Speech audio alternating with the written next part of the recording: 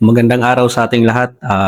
Ako nga pala si Staff Sergeant Rico Seol Chundra, assigned sa 14th Infantry Avenger Battalion bilang isang Chief Operation NCO. 18 years in service, and i-share ko lang yung aking karanasan bilang isang sundalo dito sa ating trabaho. Way back to 2009, napasama ako sa isang encounter dito malapit sa bayan ng MacArthur, Eastern Samar, kung saan galing kami sa isang barangay. Papalabas na kami nung madaling araw ng na-encounter yung tropa namin. Sa madaling sabi, ambush sana yung mangyayari, kaso lang magaling yung lead scout sa ka-guide namin na nauna, si Sergeant. Yung nangyari doon, habang papalabas kami ng barangay, na kita ng lead scout namin yung umiilaw na kulay pula. Yung pala ay galing doon sa sigarilyo ng isang NPA na nag-aabang sa amin sa labas ng barangay. Kaya nung nakita ng lead scout namin, agad siyang nagbigay ng hudyat na initial halt at i-verify muna nila. Kasi madaling araw yun, bakit merong ganong kakaibang nakikita sa paligid. Kaya nung na-verify nila na tao, nung tinawag nila, sabay putok yung kalaban. Pero yung nangyari doon, kasi naghiwalay man yung lead scout sa leading, yung tumawag yung lead scout, yung pumutok yung guide. Kaya tinamaan kagad yung kalaban. Pero hindi pala siya nag-iisa. Mayroon pa silang kasama doon sa taas na high ground, may kubo. Sila yung nag-bull yung fire doon sa amin sa baba. So nag-command yung CO namin, si Lieutenant Josue, na walang puputok kasi wala tayong nakikita. Hintayin natin magliwanag. So habang pumuputok yung kalaban, naka-cover lang kami.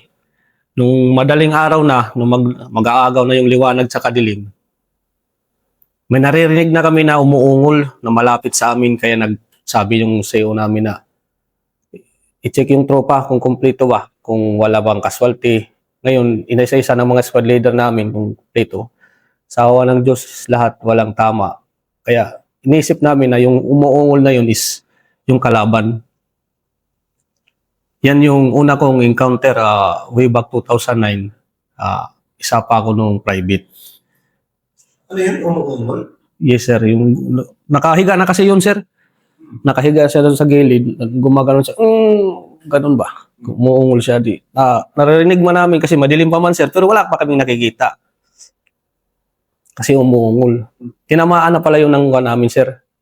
Tinamaan na yun ng guide namin. Kasi yung tumawag sa kanya, yung lead scout. Sabi ng lead scout, Mano.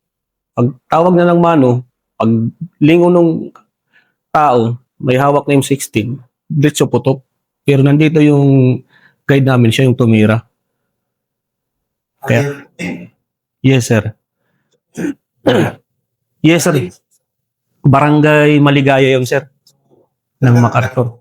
Yes, sir. Galing kami talaga ng barangay. Yung barangay na yun is parang kawa ba, sir? Nasa baba talaga.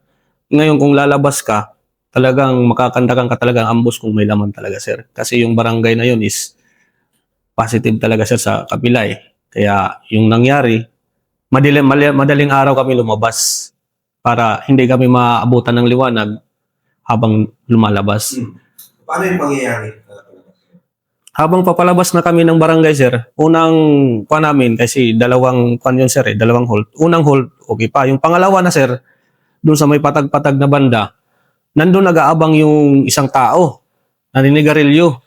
Kaya napansin kagad ng lead scout namin na bakit ganitong oras, meron ganun liwanag dun sa daan. Kaya nagkuhan siya kagad na hold, may tao sa daan. Kasi hindi man namin talaga nakalaban. Pero expected na kami na magkakaganon. Kasi nga, delikado yung lugar na yun. Pag naghiwala yung lead scout sa ka-guide, tinawag ng lead scout na, Mano. Nung tinawag niyang Mano, paglingon, putok ka agad. Pagputok, pumutok naman yung guide. Kaya tinamaan ka agad. Tapos sabay volume fire yung nasa banda ng high ground. Pinutukan kami ng M203, binabagsagan kami ng, pero hindi tumatama sa amin kay lumalampas, kay pababa man yun sir, nasa gilid pa kami. Kaya hindi tumatama dun sa amin. So anong itsura niya doon nung pagputukan na? Nakadrop lang kami sir, kaya yung command ni CEO walang puputok kasi makikita tayo kung saan yung location natin kasi magliliwanag man yung barrel sir pag pumutok ka. Kung puputok ka, dapat siguraduhin kung may cover. Para kung makita mo saan kalaban, kung saan yung nagliliwanag yung barrel, pag pumuputok yung kalaban, doon lang tayo magre-reply kung makikita natin. So nagkuman yung CEO namin na wag lang puputok, walang mag-reply. Hintay natin magliwanag. Kaya nung nagliwanag na sir, doon na kami pumutok kasi nandun pa sila sa taas. Ngayon, nung tinubo ni Corporal De La Cruz yung payag, doon na sila nagtakbuhan. Nagtakbuhan na sila doon sa cliff. Doon sila bumaba sa cliff. Estimated is more or less 5, 5 sila sir. Yung nandun. So anong ginawa niyo yung mga napagputukan? Search, nagkaroon ng search. Nagkuhan kagad kasi anong umuungol, narinig namin umuungol. Nagpakuhan kagad yung CEO namin na i-check yung tropa. Kasi may umuungol. Yun naman sir is, kompleto naman, walang casualty sa tropa. Nagkumanda yung CEO namin na search. Nang mag-search na kami sir papunta doon sa taas, nadaanan namin yung buhay pa yun sir, umuungol pa. Kasi gusto pa niya abutin yung baril eh. Kaya nasa unahan lang yung baril niya. Gusto pa niyang abutin. Kinuha nang nauna sa amin, kinuha kagad yung baril, iniwalay. Hinintay pa namin na ma-search papunta dun sa taas. Nung maklear na sir, balik. Nagkuhan yung CEO namin na puntahan yung barangay officials, padala dito ng mga tanod. Patulong tayo pagpa-identify dito. Kasi di nagtagal sir, namatay din sir eh. Para ma-identify natin kung sino, para mabigyan natin ng magandang libing. Ngayon sir, nung pinapunta namin yung mga barangay officials doon, wala sa kanila nag-claim na kilala nila. Lahat sabi nila hindi namin kilala. Nung nag-decide na yung CEO namin na magtawag doon sa CP para i-coordinate sa PNP para papuntahin yung PNP doon. Nung makarating na yung PNP, may nakasabay sila ng mga bata, 3 bata. Yung 3 bata na yun, anak pala niya yun nung namatay. Pero yung 3 bata na yun, sir, hindi yan umalis. Doon lang yan, nagtambay lang sila. Tapos, sabi nung barangay officials, buhatin na tapos dali na sa bayan. Lakaran yun, sir, eh. Lakaran. Kaya nung binubuhat na namin papunta doon sa sunod ng barangay, nagtataka kami kasi yung 3 bata, sunod lang sa amin. Bakit na sunod ng 3 bata na to? Nung doon na namin na-find out, sir, nung nakarating na kami mismo sa bayan ng MacArthur, na ama pala nila yun. Kung bakit kayo hindi nagsabi nung nandun pa kayo sa taas? Kasi nga kuno, sir, mayroon pang mga kwandong kulo, baka marinig din kami. Only to find out, sir, yung namatay na yun, sir, is chief tanod mismo ng barangay. Pero wala na siya doon sa barangay, sir. Hindi na siya nakatira doon kasi nakapangasawa siya dito sa labas na barangay, along the highway lang. Doon siya nakapangasawa. Tapos parang naglaylo na ba, sir? Ngayon, yung nangyari, ang istorya nung asawa niya, nung dinala na namin yung patay doon sa bahay nila, ang usapan daw doon sa kanila, may tatrabahuin lang yung asawa niya doon sa barangay, kaya isinama lang muna nila. Pero iniwanan sila ng bigas na pangkain. Kaya yung nangyari, hindi daw niya alam na bumalik pa ulit doon sa barangay. Yan yung nangyari nung unang pong encounter, sir. So yung bata, sunod na sunod pa rin. Yo, sir. Hanggang sa makarating kami doon sa bayan mismo, sir. Sunod yung mga 3 bata na yun, sir. Kasi tatay daw nila yun. Ba't hindi man kayo nagsabi na tatay nyo pala yun? Kasi natatakot daw sila doon kasi andun pa sa barangay. Baka daw mag-con sa kanila. Yun yung kung ng 3 bata.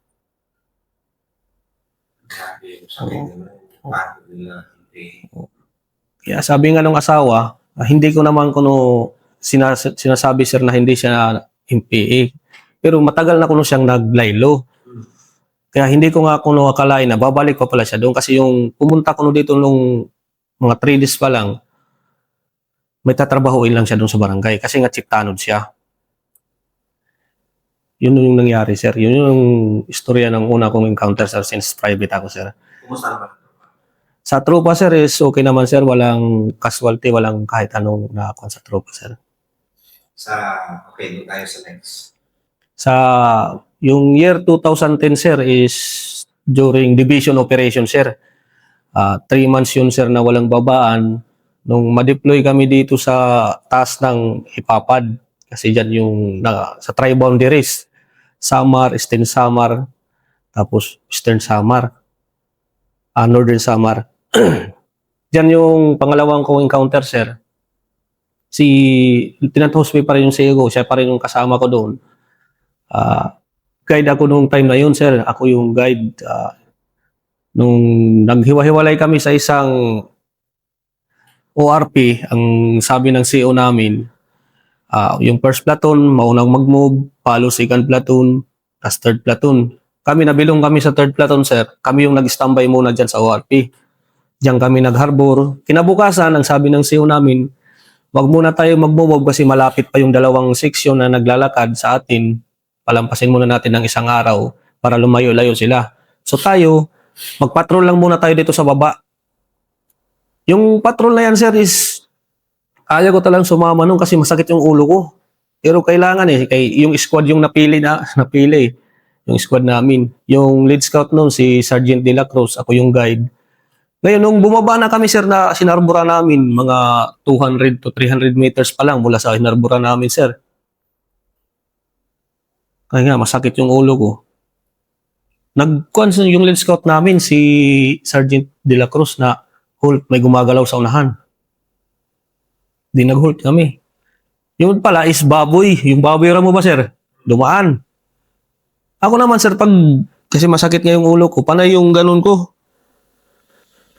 Ang ganun ko, sir, nakita ko nung sa baba, sa banda nung sa baba, may mga naka-combat boots sa naka-uniforme. Kaya ako sabi ko, baka trupa to. Baka mag-misencounter, sabi ko. Nagtanong ako sir, malapit pa ba yung trupa natin? Kasi may naka-uniforme dun sa baba eh. Di, sabi man ng squad leader ko, wala na, malayo na sila. Tingnan nga natin, pag ganun ulit namin, di, naka-uniforme talaga, sir, naka-combat boots. Sabi ng squad leader ko, sabi niya, yung password kasi nun, Wakaks eh. Sabi niya, Wakaks! Di, sumagot din yung kabila, Wakaks! Di, nakuha namin na trupa talaga, kay ganun din yung sagot eh. Nung sinabi niya, trupa! Sa kabila, nagsabi, MPA. Doon na kami nagkapukpukan, sir. Yung disadvantage lang doon, sir, kasi nasa baba pa kami. Nandun sila banda sa may high ground, paliban doon sa nasa baba nila, may high ground pa dito, sir. Kami yung nasa baba, sa isang kahoy, sir, is 3 kami nagpatong-patong. Maliit na kahoy, yan yung balawang enkwentro ko na hindi ako nakapagpaputok ng yung 2-3 kasi 3 kami. Sabi ng katabi ko si Sergeant Guilan, puputok ka ng 2-3, tubo ka eh. Uy, amasin ko nakalimutan na, sir. Tubo pala ako. Yung time na yun, habang nagpupukpukan, alanganin talaga yung namin, yung position namin, ang sabi ng platoon sergeant namin, si Staff Sergeant Eraya. Kuwan lang tayo, presence of mind, kung makita, putukan, kung hindi, kung wala, wag tayo magsayang ng bala. Ngayon, pumutok na naman dito ba na sa unahan? Sa may harapan namin, yung pumuputok doon si Staff Sergeant Parani, yung squad leader ko, yun yung nagpapalitan talaga silang putok. Sabi ni Staff Sergeant Parani, putukan nyo yung nasa harapan. Hindi ko tinatamaan. Pinuputukan namin, hindi rin tinatamaan. Yung pala, may naputol doon na kahoy na chininso ba, sir? Yung malaking kahoy, doon pala sa kanila nakakuan, ginawa nilang cover. Kaya lahat ng putok namin, doon sinalo ng kahoy. Walang tinamaan talaga sa kanila kahit isa. Nung nagkumanda yung platoon sergeant namin na observe, di wala nang pumuputok, observe. Tapos nagkuman siya ng, sabi niya, magkukumanda ko ng assault ha, pero walang mag-a-assault. Observe lang tayo, walang mag-a-assault. Pag sabi kong assault, walang mag-a-assault. Drop lang. Para malaman natin kung andyan pa ba wala na. Pag bumandya ng assault, sabi niya, assault! Biglang mag-bulyong pa yung kalaban. Di sabi niya, ngayon, kung tumayo tayo, di may nahagip sa atin, di okay yung taktika na ginawa namin, di volume pa ulit kami, kumakanta yung 60 namin eh. Pumuputok yung si Lit Alvarez yung pumuputok nun eh. Di okay na, nakakuha na kami, naka-maneuver kami, advance, assault. Habang nag-assault kami sir is unti-unti na namin nadadaanan yung mga backpack ng kalaban. Ah, Mga backpack. habang nag-aakit. Yes sir. Kaya inassault naman namin yung location nila. Unang nadaanan namin 3 backpack. Di abantin naman kami, pang-4 na backpack. Hanggang sa marating namin yung pinakadulo ng patag sir. Kaya papunta dun sa baba, pababa naman, flip na. So hindi na kami nag-abante. All in all series, nakuha namin na backpack 6. 6 yung nakuha. Pero wala yung sir, walang casualty sa kalaban, wala din sa amin. 6 lang na backpack yung nakuha namin. Nung dinala namin sa taas, kinuha namin yung mga recovered na mga war materials. Nakakasiparin sila sir. Yung 2 backpack, ang laman is bigas. Yung 2 naman is mga dilata, mga ganun sir. So, yung 2 naman sir is yung mga gamit nila. Tulad ng may mga sir, yung mga medisina. Nakakuan sila, nakasegregate. Yan yung pangalawa kong encounter na nasamahan sa year 2010 sir. 2010 yun, no? Yes sir. Okay, next. Yung sunod na encounter na nasamahan ko sir is 2016 sir. Bagong issue yung baril natin na R4. Yung R4 sir is bagong issue yun. Wala pang zeroing yun sir. Bagong issue pa lang sa amin. Hindi pa yun nakakuha na mag-zeroing kasi bagong issue pa lang. Ngayon sir, dun, yung CP namin is nasa sitio Pinasuan ng San Miguel, Hernani, Eastern Samar. Ngayon, may info na may kampo na malapit sa barangay, more or less 20 minutes lang yung lakaran kung kung pupuntahan talaga. Kasi yung mga taga-panser natin, taga-MIB, nagpalipad talaga sila ng drone. Nakita na mayroon mga kubo-kubo doon.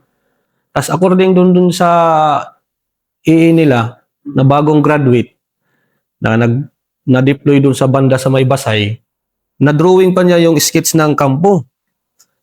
Sketch ng kampo, may mga 12 kubo, tapos may mga, yung palibot daw is landmine. Kaya nung tinawag ako ng CEO namin, si Lieutenant Karandang, ang sabi niya, "So, alam mo ba tong lugar na to? Nadaanan mo na ba to?" Sabi ko, "Sir, nadadaanan namin lagi yan pag nag-exit tayo, sir." Ang sabi niya, "Hindi, bagong kanto eh. Info eh." Sige sir, kung di nagbuo siya ng isang seksyon. Composite pa yun sir kasi hindi pa solid yung tropa kasi yung time na yun may ganito sir, holiday. Holiday, mahal na araw din. Oo. Oo sir, nag-uwian. Yung kalahati naiwan, yung kalahati naiwan dito. Kaya yun, nung nangyari, nag-move kami ng madaling araw. Madaling araw kami nag-move kasi positive daw yung info kasi kakagraduate lang yung EE galing sa loob. Nag-move kami ng madaling araw, yung briefing, dapat makarating kami bago magliwanag, nandun na kami mismo sa area ng target namin. Nasa harap na kami. Para marating namin yung target, dapat daw maaga kaming umalis at hindi ma-burn out. Kaya nung nangyari yun, hinaul kami ng sasakyan papunta dun. Pagdating namin sa Lorente, move na kami. Mahirap yung dinaanan namin sir kasi madilim. Nagkuhan talaga kasi yung lead scout namin sir is bagong graduate ng Ranger. Kasi siya si Corporal Donaire. Si Corporal Donaire yung lead scout, si Corporal Frago yung guide, ako yung pangatlo. Move na kami hanggang sa magliwanag na sir. Hindi pa namin nahihits yung target. Malayo pa talaga. Yung nangyari, nagpaliwanag na talaga kami. Yung sabi ng CEO namin na, malayo pa ba? Sabi ko, sir, malayo pa sir. Pero kung tutuloy pa na rin to sir, ma-burn out na tayo kasi magliliwanag na, makikita na tayo ng mga sibilyan. Sige lang gano'n, diretso lang tayo, puntahan natin. Napuntahan na namin yung unang target, walang laman. Yung pangalawa, wala din. Sabi niya, ito na lang kuno na last na sinasabi na pababa. Pag wala to, tumbukin nyo yung ilog, diretso yan ng barangay, exit tayo. Yun na yun, sir. Nung pababa na kami, dumaan kami sa sapa. Ngayon, yung lead scout, tumawid, tapos yung guide nag-igib. Di tumawid din ako. Sinamahan ko yung lead scout sa unahan. Tapos mag-igib, sa unahan, nagliliwanag pa man yung sir. May nakita kaming civilian sa taas ng nyug. Nandun na siya sa nyug. Samantala nagliliwanag pa lang, nandun na siya. Kaya tinanong namin, tinawag namin, bumaba siya. Anong ginagawa mo dito sa taas ng nyug na ganitong oras pa lang? Masyadong maaga. Sabi niya, magkukwal ako siya, magkukupras. So para hindi ma-burn out yung lakad, hindi muna namin siya pinakawalan. Sinama lang namin siya. Nagsasama ka lang muna namin kasi baka mamaya magsabi ka daw na may mga sundalo dito. Sinama lang namin siya. Pero habang sinasama namin siya, tinatanong-tanong din namin siya kung may mga nakikita ba siya dito. Sabi niya, wala talaga sir, wala sir. Yung nangyari, nag-agahan na kami. Pinakain pa namin siya. Kain ka. Di, kumain siya. Tuloy pa rin yung tanong sa kanya. Inilisit namin. Wala talaga siyang sinasabi. Hanggang sa makarating kami doon sa last na objective namin na pinapakuhan sa amin, pinapakuha. Nakita ng lead scout namin yung sapa na papunta doon. May yung mga bato, sir, nasa ilalim yung mga plastic ng shampoo. Pag ganun nyo, may plastic ng shampoo. Nag-alerto siya. Nung mag-alerto siya, sabi niya, pass the word, may plastic ng shampoo dito. Nagtaka na kami kasi bakit mayroong plastic ng shampoo doon na pinatungan lang ng bato. Nung umabanti na kami ng konti, nakita niya yung isang sako. Basurahan siya, tapos yung sa likod niya, may warning device, nakaganon doon yung lata. Sabi niya, sir, tawag siya sa sir, positive sir. Anong positive? Sir, kampo sa taas. Parang sabi na kampo. Ayun sir, pagtingin ko, totoo na may warning device sa baba. Sabi ko, ito na yung kampo na sinasabi. Tinawag ko yung platoon sergeant ko. Lumapit siya. Sir, positive, andito yung kampo sa taas. Lumapit yung officer namin, si Lieutenant Karandang. Sabi niya, gapangin natin ng dahan-dahan. Yung oras na yun sir is mag-alas 2 ng hapon. Nang makita namin, sir, hapon na sir. Pag nabangga tayo dito sir, sabihin ko, alanganin na yung oras. Niya, hindi, gapangin natin kahit kung maggabi. Basta dahan-dahan lang. Kasi yung inaalala namin sir, yung landmine na nakapalibot sa gilid. Yan yung inaalala namin kasi yun yung briefing doon sa amin eh. Yung kampo na palibot daw ng landmine. Kaya kung doon dito tayo manggagaling, pag pinaputok daw, hagip tayo. Yan yung inaalala namin. Ginagapang na namin papunta doon sa taas. Ginagapang na namin. Hanggang sa mga 10 meters na lang sir, mula doon sa pinaka-post nila. Yung lead scout ko sir is tumayo na. Kasi wala mang nakikita. Pero may nakikita na kami sir ng mga kubo.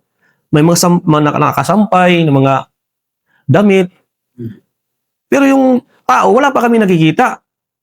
Sabi ng CEO ko, Yung ko, sir, walang tao, pero may mga kubo. Tumayo na yung lead scout namin. Lumapit na talaga siya doon sa may malaking kahoy, tapos tumayo siya doon. Sinya sa akin, wala talaga siyang nakikita.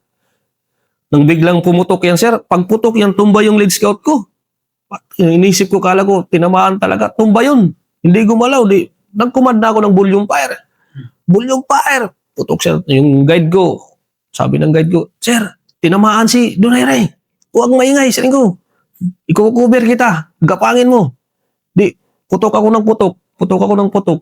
Habang ginagapang niya, paghawak niya dito sa dibdib sa may bandolier, hinawakan mo si Donaire. Pag ganun niya kay Donaire, humawak si Donaire sa kamay niya, kumapit. Pagtingin ko, salamat sa ko, buhay. Kala ko talaga na, kuhan talaga.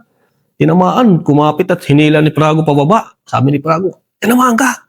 Wala, hindi ko tinamaan. Nag-assume lang ako, nagpatumba lang ako para hindi na ako putukan ulit. Hindi. Volume fire kami, volume fire. Ngayon, yun na inaalala talaga namin yung landmine na nakalatag sa paligid. Kaya hindi kami nag-a-assault muna papunta doon kasi hinihintay namin yung inaalala namin yung terrain kung saan ba talaga. Sabi kasi nung AA, bawat malaking kahoy may nakalagay. Kaya kung didikit kami doon, sakaling pasabugin, mahagip kami talaga, sir.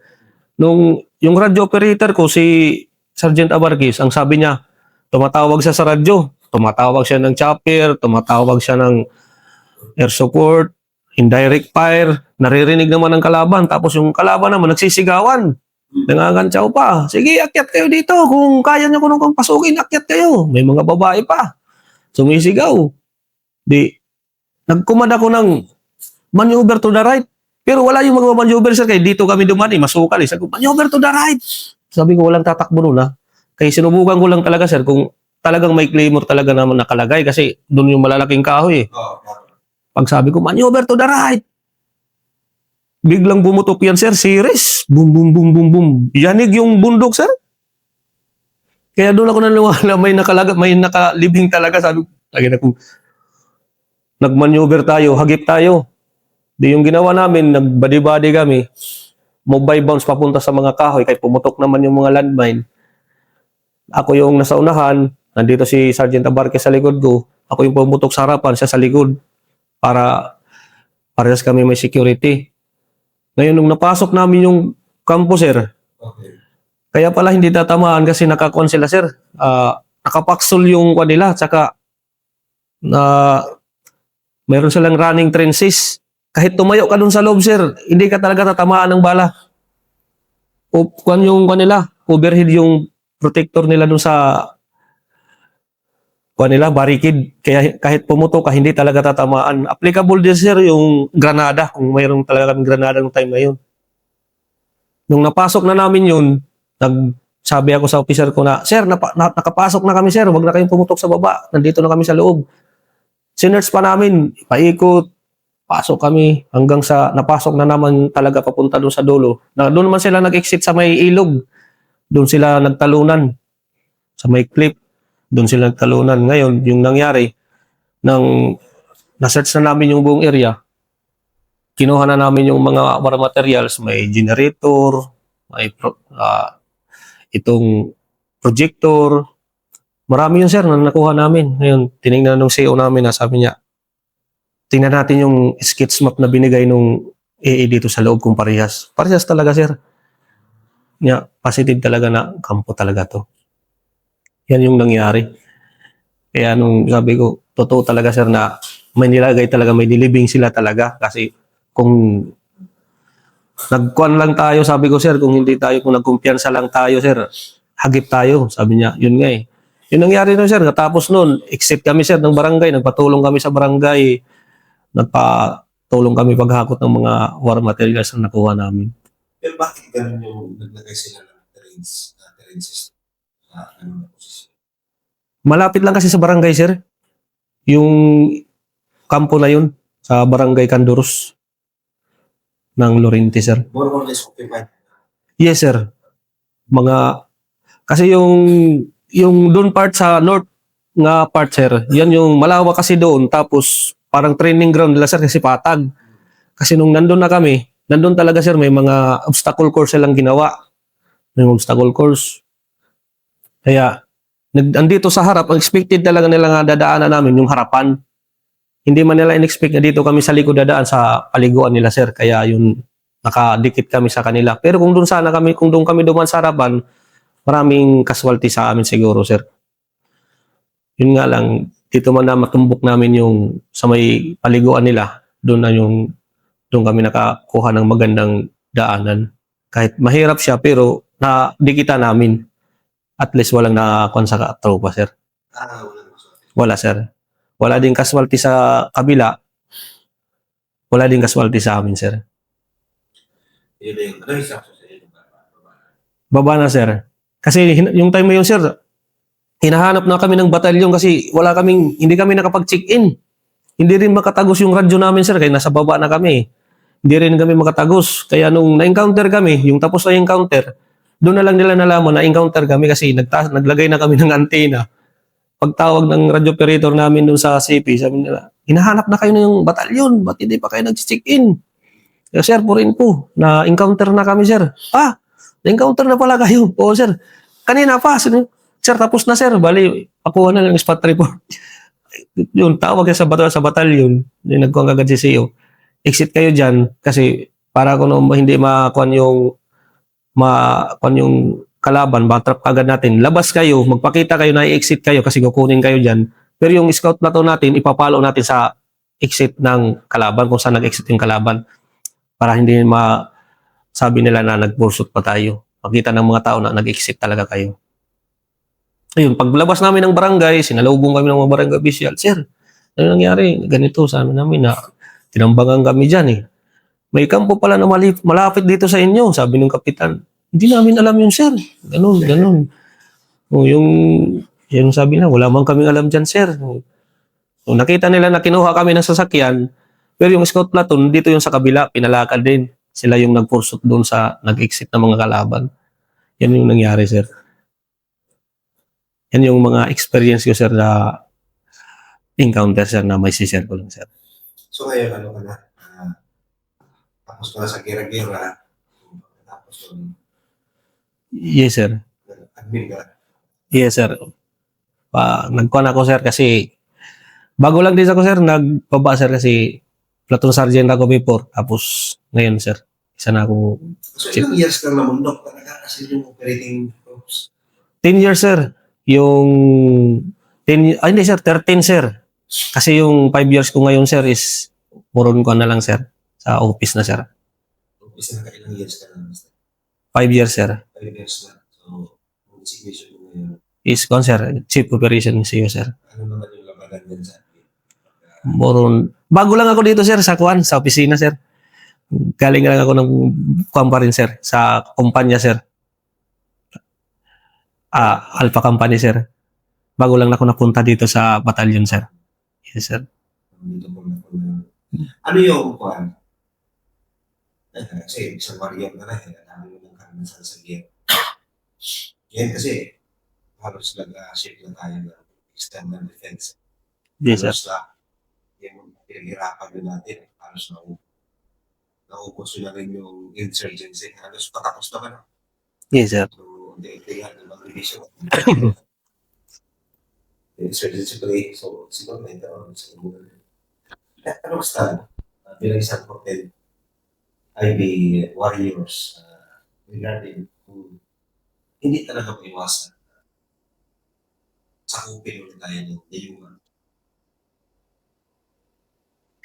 Yung sa akin lang dyan talaga, sir, kung magkakaganon man, sir, kailangan talaga natin magkaroon ng sapat na pagsasanay at din, sir, kagamitan, sir. Kasi bilang isang sundalo talaga, sir, di man natin pwede sabihin na hindi tayo lalaban.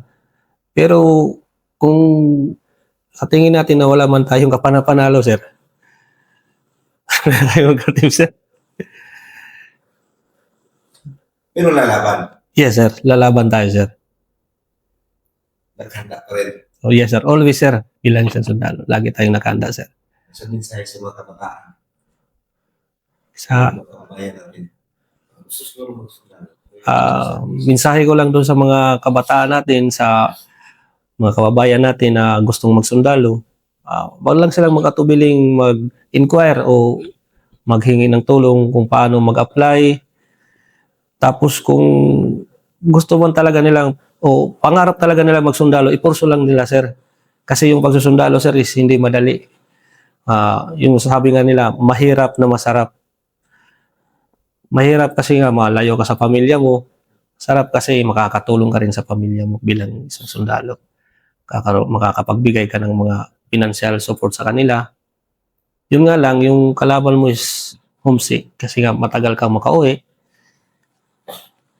Hindi na tulad nung dati na sa civilian ka na kung kahit anong oras, anong araw, lalo na mga birthday ng nanay mo, kapatid mo, ganun. Hindi ka na makakapag-join sa kanila kasi nga mayroon ka na sinusunod na standard, sir, para bilang isang sundalo, sir. Ang dami mo events na nabis na pagsusundan. Yes, sir. Ganun, sir.